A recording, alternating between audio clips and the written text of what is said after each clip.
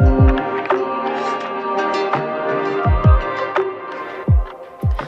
guys, welcome back to my channel. I'm Liana for lianavibes.com, and in today's video we're going to go over the 3 questions to ask yourself if you find yourself dating a player.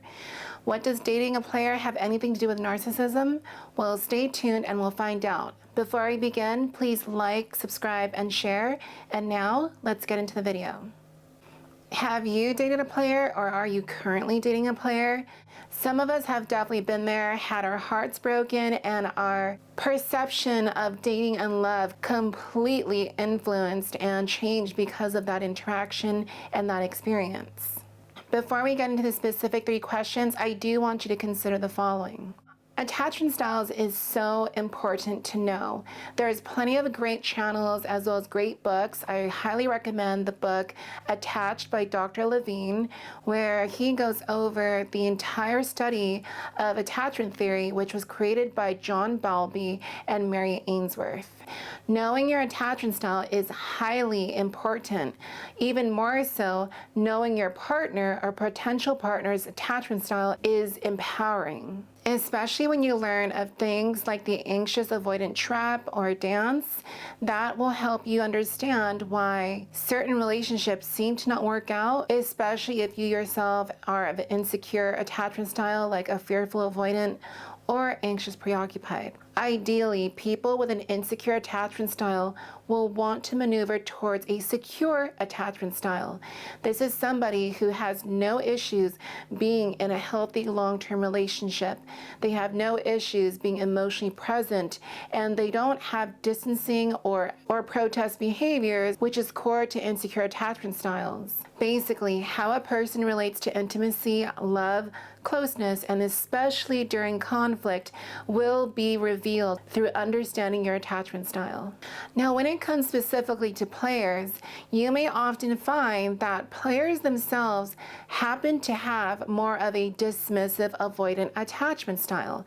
This is critical and very important because if you start to study specifically dismissive avoidant attachment styles, you'll understand why it's very easy for them to have multiple partners at the same time, trying to be sneaky or emotionally disconnected. Even more so is when a dismissive avoidant person has high narcissistic traits.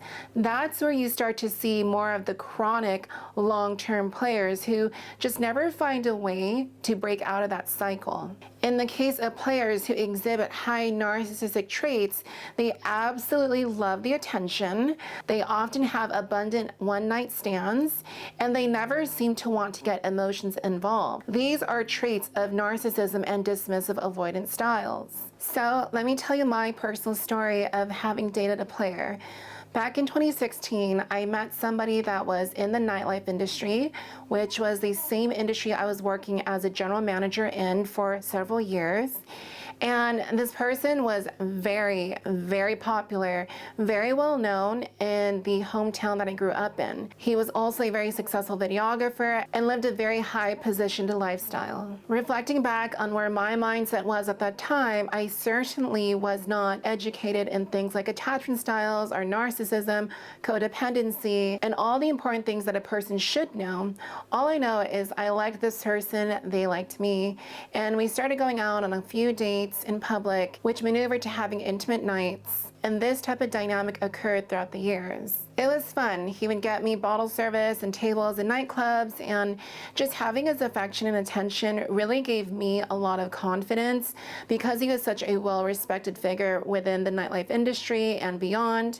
I felt that my association to him helped lift up the parts of myself that felt like I could never A, be associated to someone like that, or B, be liked by someone like that. Well, the going out in public stopped, and it became more about just staying in and being intimate. It became less of any type of friendship and more of a booty call. They wanted my body, they appreciated everything from head to toe about me, even things that I was embarrassed about or wasn't very confident about. They made me feel completely seen at that time. not judged, but truly incorporated. However, these rude behaviors start to pop up where the late night booty calls were then now being kicked out at 3 o'clock in the morning, 2 o'clock in the morning, instead of staying the whole night. And there was this one specific incident where I realized the gravity of the situation.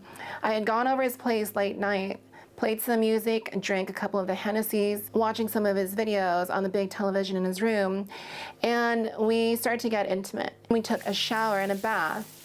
As I was showering myself, he left me there, and he started to notice all of this black hair that was around the drain area. Essentially, it had not been cleaned by the previous girl that he was with. And because he was posting a lot on his social media about this one specific chick, I started to have flashbacks of that girl's face as I'm looking at the drain and wondering how many hairs of other women were in that drain itself. I started to imagine the other women that were standing in the shower, and as I felt the warm shower spraying across my body, I just stood there for a moment, a little buzzed, looking down and wondering, my hair is now being added to that collection in that drain. It was in that moment I realized I was just another strand in that carpet.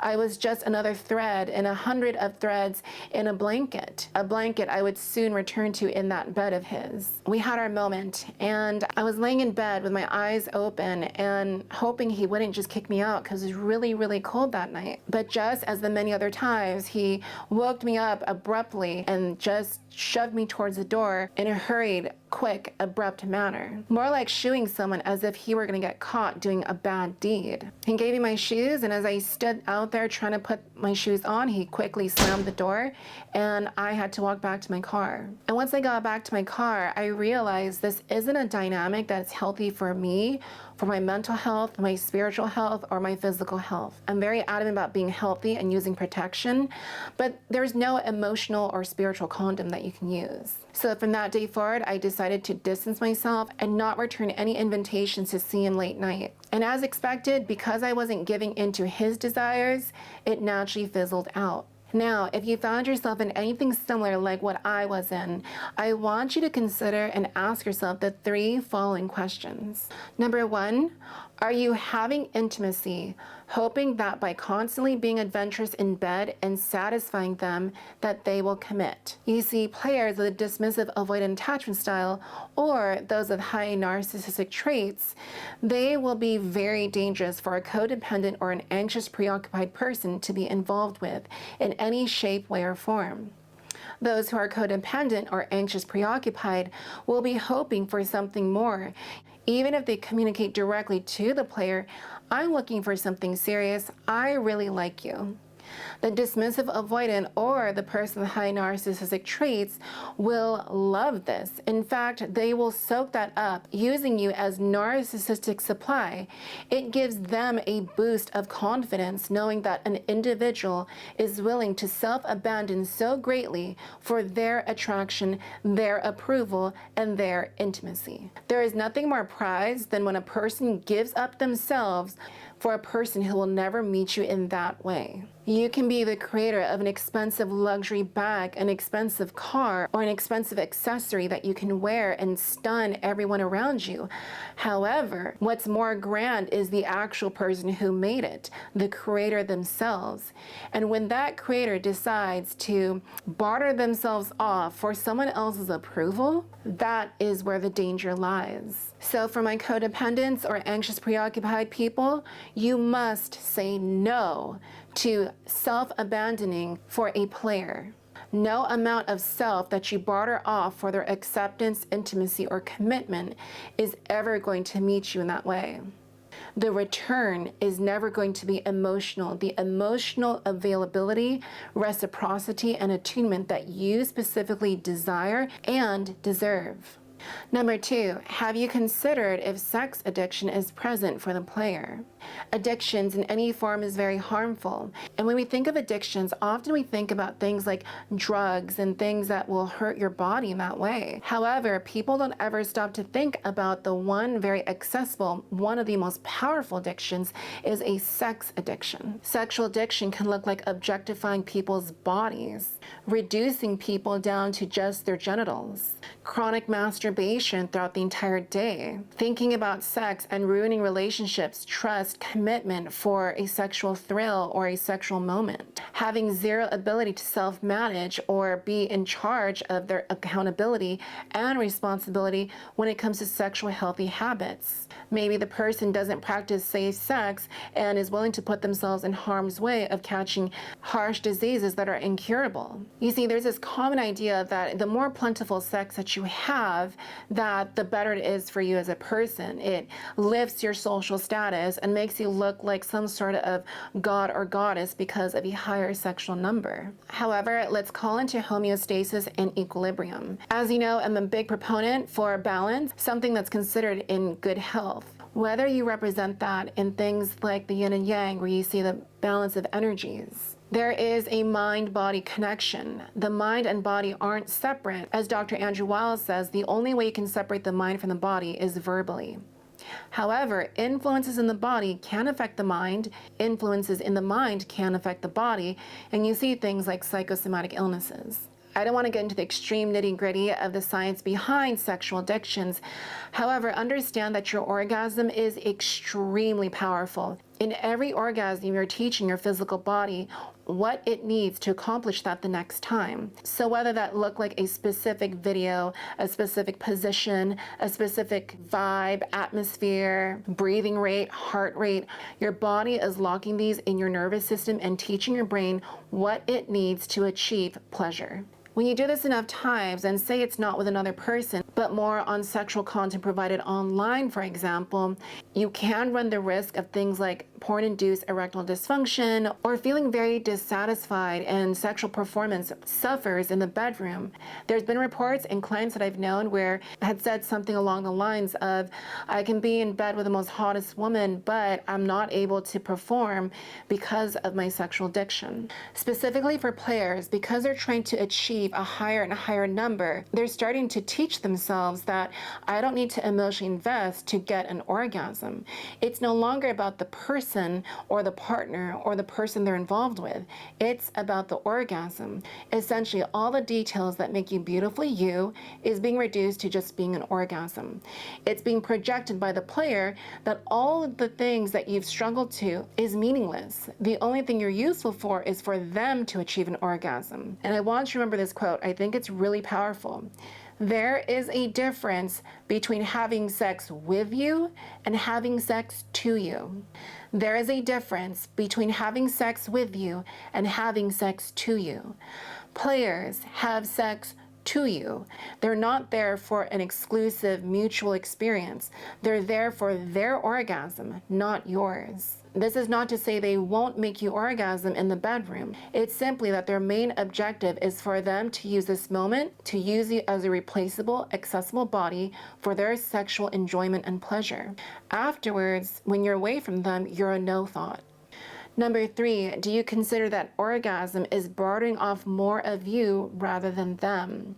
So this connects with the previous point that if you're having sex, continuous sex with a player as a friends with benefits or as a late night booty call, do you find that the orgasm you're both trying to achieve is more about their pleasure in the end? If there's anything that we can learn from pornography, is that new material will always be coming forth to help people achieve an orgasm. Do you somehow believe that the more orgasms that you give them, the more amazing sex that you provide, that it's going to keep them around and keep them invested in you? People only truly invest in others if there is a mutuality, a meaningful exchange. When it's for something of a commodity, whether that be beauty or sex, it's replaceable. You need to begin thinking more about the value behind what this sex means. For you, as one of the many options in a player's life, you may provide interesting, amazing things to make yourself look so embellished and so good beyond all the other different notches on that person's belt, making yourself look so amazing compared to all the strands of hair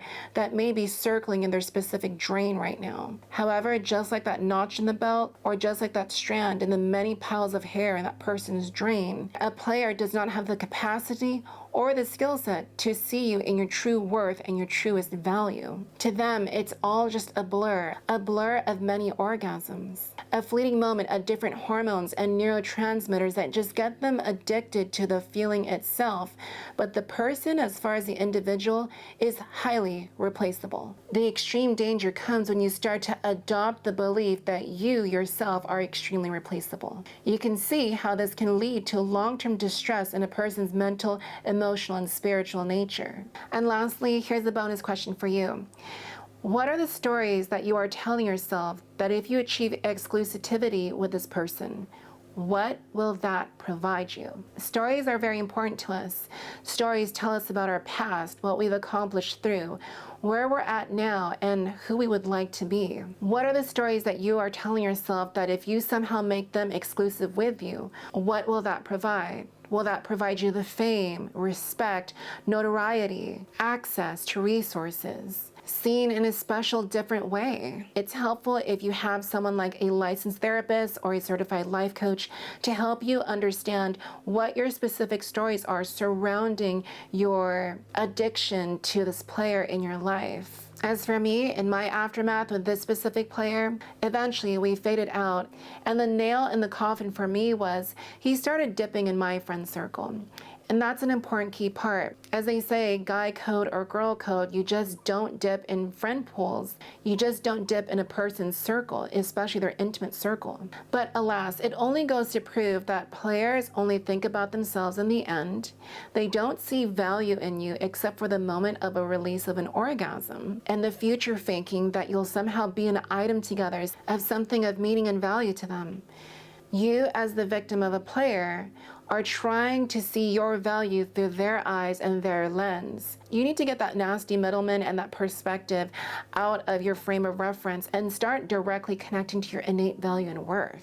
Many players will come and go in your life, but one thing I want you to remember is that the longer that we stay in a committed pattern, the harder it is for us to change. Meaning, for a player, even if they one day find that one person that would make them just drop that lifestyle completely and utterly, and because they change their brain through every orgasm with a vast array of people and a vast array of bodies, even if they want to make a relationship work so badly, they won't have the skill set to make it work because the basic fundamentals of making an orgasm seem somehow as a deep way of connecting becomes lost. It simply becomes a transaction for someone to get their orgasm fix. Before I end this video, I do want you to at least consider neuroplasticity in this, because people with addictions have a troubling dopamine reward system where they need extra more stimuli to achieve that same dopamine release. This is the heart of addiction. If we started to strip away people of their fame, resources, accessibilities, and more, and started to see them at the core fundamental root of what they are for their dopamine pathways, their destructed dopamine pathways, if we saw people at that level, maybe you wouldn't find them so attractive after all.